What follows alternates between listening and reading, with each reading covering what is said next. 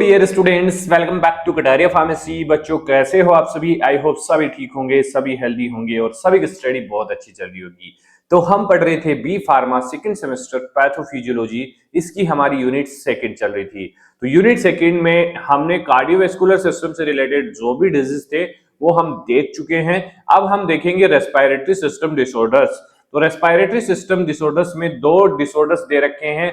First है asthma, दूसरा है COPD, chronic obstructive pulmonary disease. तो आज के इस लेक्चर में हम देखने वाले हैं अस्थमा के बारे में। तो अस्थमा के बारे में डिटेल में हम ये लेक्चर लेने वाले हैं। तो अगर आप लोग चैनल पे न्यू है तो चैनल को सब्सक्राइब जरूर कर ले और बेल आइकन को प्रेस कर लें। अगर आपको नोट्स चाहिए, कोर्स चाहिए, तो आप हमारा ऐप डाउनलोड कर सकते हैं, कटारिया फार्मेसी ऐप। वहां पे आपको अफोर्डेबल प्राइस में नोट्स और कोर्स मिल जाएंगे। उसका लिंक वीडियो के डिस्क्रिप्शन में भी आप लोगों को मिल जाएगा। और अपने दोस्तों को शेयर करना बिल्कुल भी ना भूले। तो चलिए स्टार्ट करते हैं आज के लेक्चर को। आई होप अस्थमा के बारे में थोड़ा बहुत जानते होंगे। अगर नहीं भी जानते हैं तो इस लेक्चर को देखने के बाद आपको सारी चीजें समझ में आ जाएगी। तो वीडियो में एंड तक जरूर बने रहना। तो रेस्पिरेटरी सिस्टम डिसऑर्डर, तो इतना तो समझते हैं रेस्पिरेटरी सिस्टम कहाँ अपने नोज से स्टार्ट होता है, लंग्स में जाता है। ठीक है, तो लंग्स जो कंप्लीट है, जहां से हम ऑक्सीजन और CO2 का इंटरचेंज एक्सचेंज करते हैं, तो वो हमारा सिस्टम है रेस्पिरेटरी सिस्टम। तो कहीं ना कहीं इससे रिलेटेड ही डिसऑर्डर होंगे। तो अस्थमा फर्स्ट डिजीज है हमारी इसके अंदर सिलेबस में जो दी हुई है, वो है अस्थमा। तो asthma is a chronic inflammatory disorder of airway characterized by reversible airway obstruction. तब ये इंफ्लामेटरी डिसऑर्डर है, मतलब इंफ्लामेशन आएगा एयरवे के अंदर। अब सांस लेते हैं तो एयरवे की मदद से ही तो सांस जाता है आपके लंग्स में। Characterize by reversible airway obstruction, मतलब रिवर्सिबली वापस से वो ठीक हो सकता है जो ऑब्स्ट्रक्शन आया है, ब्रोंकियल कंस्ट्रक्शन हुआ है वो। ठीक है, तो characterize by reversible airway obstruction, bronchial hyper responsiveness and increase mucus secretion leading to difficulty in breath. Basically जो एयरवे है उसमें इंफ्लामेशन आ जाता है, कोई ऑब्स्ट्रक्शन आ जाता है, म्यूकस सिक्रेशन बढ़ जाता है, जिसकी वजह से पेशेंट को सांस लेने में दिक्कत आती है। वही एक्चुअल प्रॉब्लम होती है अस्थमा। तो हिंदी में देखिए, अस्थमा एक क्रॉनिक सूजन संबंधी रोग है। क्रॉनिक मतलब थोड़ा लंबे टाइम तक चलने वाला, जिसमें श्वसन मार्ग एयरवे संकुचित हो जाते हैं और अधिक बलगम बनता है, कफ बनता है और सांस लेने में काफी प्रॉब्लम होती है अस्थमा पेशेंट को। तो आसानी से आप लोग इसको डिफाइन कर सकते हैं।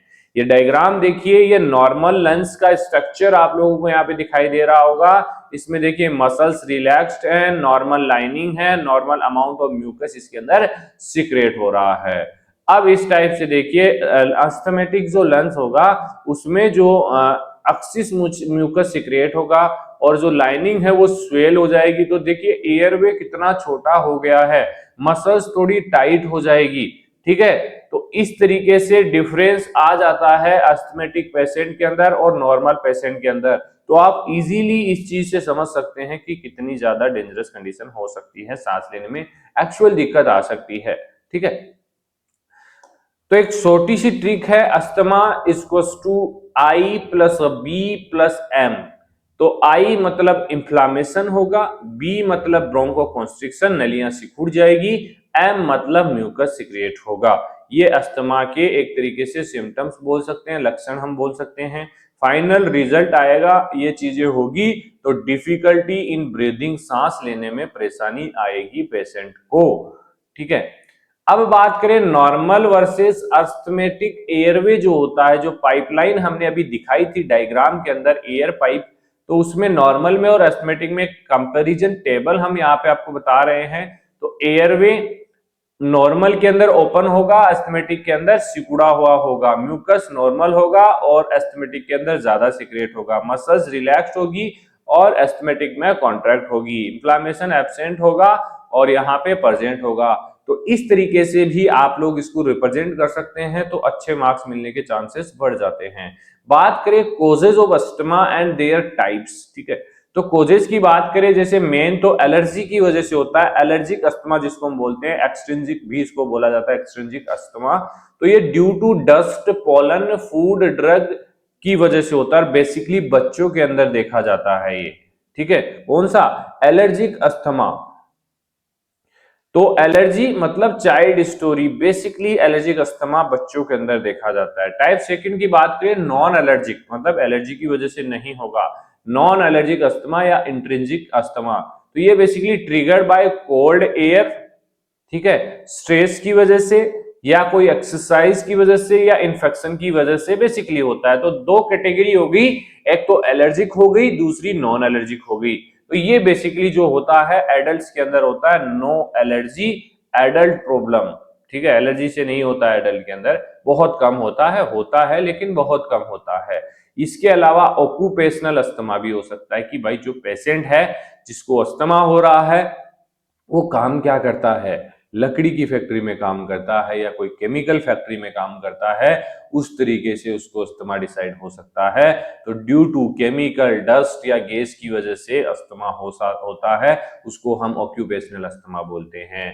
एग्जाम्पल जैसे फैक्ट्री वर्कर्स होते हैं, जैसे कोई लकड़ी की फैक्ट्री में काम कर रहा है तो जो बुरादा होता है, डस्ट होती है, उसकी वजह से अस्थमा हो जाता है। कोई केमिकल फैक्ट्री में काम कर रहा है, कोई गैस फैक्ट्री में काम कर रहा है, उस पर डिपेंड करता है। ठीक है, इसके अलावा मिक्स टाइप मतलब combination of both, allergic non allergic, ये भी हो सकता है।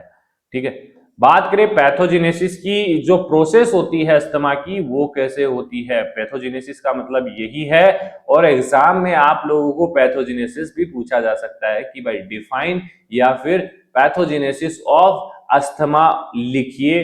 5 मार्क्स में भी पूछा जा सकता है, 1 मार्क्स 2 मार्क्स में भी पूछा जा सकता है। तो स्टेप बाय स्टेप देखिए, फर्स्ट जो स्टेप होती है उसमें क्या होगा, ट्रिगर एंटर बॉडी, मतलब ट्रिगर क्या है, अस्थमा ट्रिगर है एलर्जन, कोई डस्ट आया, कोई पोलन आया, वो ट्रिगर करेगा अस्थमा को। दूसरी स्टेप में क्या होगा, इम्यून सिस्टम एलर्जन के आते ही एक्टिवेट हो जाएगा। मास्ट सेल प्लस जो बेसिकली हमारी टी हेल्पर सेल्स हैं वो एक्टिवेट हो जाएगी, क्योंकि उनको लगा भाई कोई एलर्जन आ गया है। तो क्या करेगी ये mast cell, T helper cell release करेगी मीडिएटर्स। मीडिएटर कौन कौन से, हिस्टामिन्स है, ल्यूकोट्राइन है, प्रोस्टाग्लैंडिन है, ये 3 मीडिएटर्स रिलीज होंगे मास्ट सेल और टी हेल्पर सेल के एक्टिवेट होने से। ठीक है, तो एचएलपी मतलब हिस्टामिन, ल्यूकोट्राइन, प्रोस्टाग्लैंडिन। इसके बाद इफेक्ट क्या करेंगे, प्रोस्टाग्लैंडिन, हिस्टामिन और ये, तो ये बेसिकली ब्रोंको कंस्ट्रिक्शन करेंगे, एयरवे का जो साइज है वो सिकुड़ जाएगा। ठीक है, म्यूकस का फॉर्मेशन बढ़ा देंगे और स्वेलिंग होगी, एडेमा होगा। ठीक है, ये इफेक्ट बेसिकली शो करेंगे। तो भाई ऑब्वियसली फाइनल रिजल्ट जो है, एयरवे फ्लो ब्लॉक हो जाएगा और ब्रेथलेसनेस, सांस लेने में पेशेंट को दिक्कत आएगी। तो इस तरीके से आप इसको रिप्रेजेंट कर सकते हैं। इसके अलावा क्रॉनिक चेंजेस, अगर रिपीटेड अस्थमा अटैक आ रहा है तो उसमें क्या क्या चेंजेस हो सकते हैं भाई, एयरवे वाल जो होती है वो थिक हो जाएगी, थोड़ी हार्ड हो जाएगी, गाढ़ी हो जाएगी, मसल्स का साइज है वो बढ़ जाएगा, हाइपर एट्रोफी हो जाएगी, परमानेंट नैरोविंग, परमानेंटली भी जो एयरवे है वो सिकुड़ सकता है, वापस से चेंज ना हो। ठीक है, ये कुछ क्रॉनिक चेंजेस है अगर लंबे टाइम तक अस्थमा रहता है पेशेंट के अंदर। बात करें सिम्टम्स की, सबसे पहला सिम्टम्स है ब्रेथलेसनेस, स्पेशली नाइट के टाइम दिक्कत आएगी पेशेंट को, वीजिंग, सीटी जैसी आवाज सुनाई देगी कानों के अंदर और गले से भी आवाज आएगी, कफ, मॉर्निंग और नाइट में कफ बहुत ज्यादा आएगा और चेस्ट थोड़ा टाइट टाइट फील होगा, चेस्टनेस होगी। ठीक है, तो ये कुछ सिम्टम्स है अस्थमा के। बात करें कॉम्प्लिकेशंस, क्या हो सकता है, लॉन्ग टर्म अस्थमा है किसी पेशेंट के अंदर, स्टेटस अस्थमेटिक्स मतलब सीवियर अटैक है, लाइफ थ्रेटनिंग हो सकता है, लाइफ टाइम है। ठीक है, रेस्पिरेटरी फेलियर हो सकता है या फिर कोर पल्मोनले, राइट हार्ट का भी फेलियर हो सकता है अस्थमा की वजह से। ठीक है, ये कुछ कॉम्प्लिकेशंस है। बात करें अब इसको डायग्नोस्ट कैसे कर सकते हैं, तो सबसे पहले एक स्पायरोमीटर आता है, उससे चेक किया जाता है फूक दे दे के कि भाई कितनी कैपेसिटी बची हुई है। तो रिवर्सिबल ऑब्स्ट्रक्शन होता है। इसके अलावा peak expiratory flow rate check किया जाता है, डिक्रीज अगर वो हो रहा है तो उससे पता लग जाएगा। ब्लड टेस्ट किया जाता है, जैसे इओसिनोफिल जो डब्ल्यूबीसी का टाइप है वो बढ़ रहा है या फिर आईजीई एंटीबॉडीज बढ़ रही है ब्लड के अंदर, तो मतलब अस्थमा है। चेस्ट एक्सरे करेंगे तो हाइपर इन्फ्लेशन दिखेगा चेस्ट के अंदर।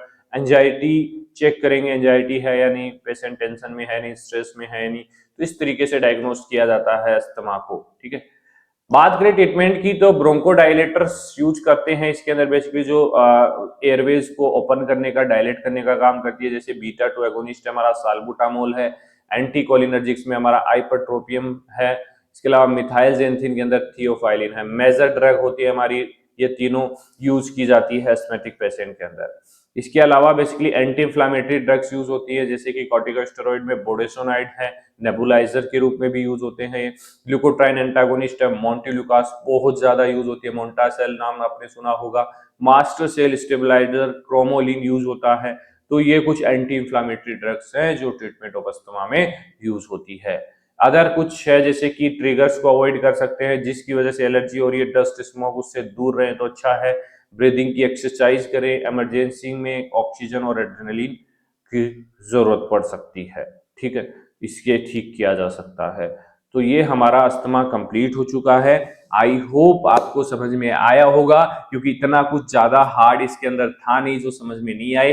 फिर भी अगर कोई डाउट है आपका तो आप कमेंट करके बेझिझक बता सकते हैं, और व्हाट्सएप नंबर आपको स्क्रीन पे दिया हुआ है, तो इस पे भी आप व्हाट्सएप नंबर पे मैसेज कर सकते हैं और कोई भी डाउट आपका वो क्लियर कर सकते हैं।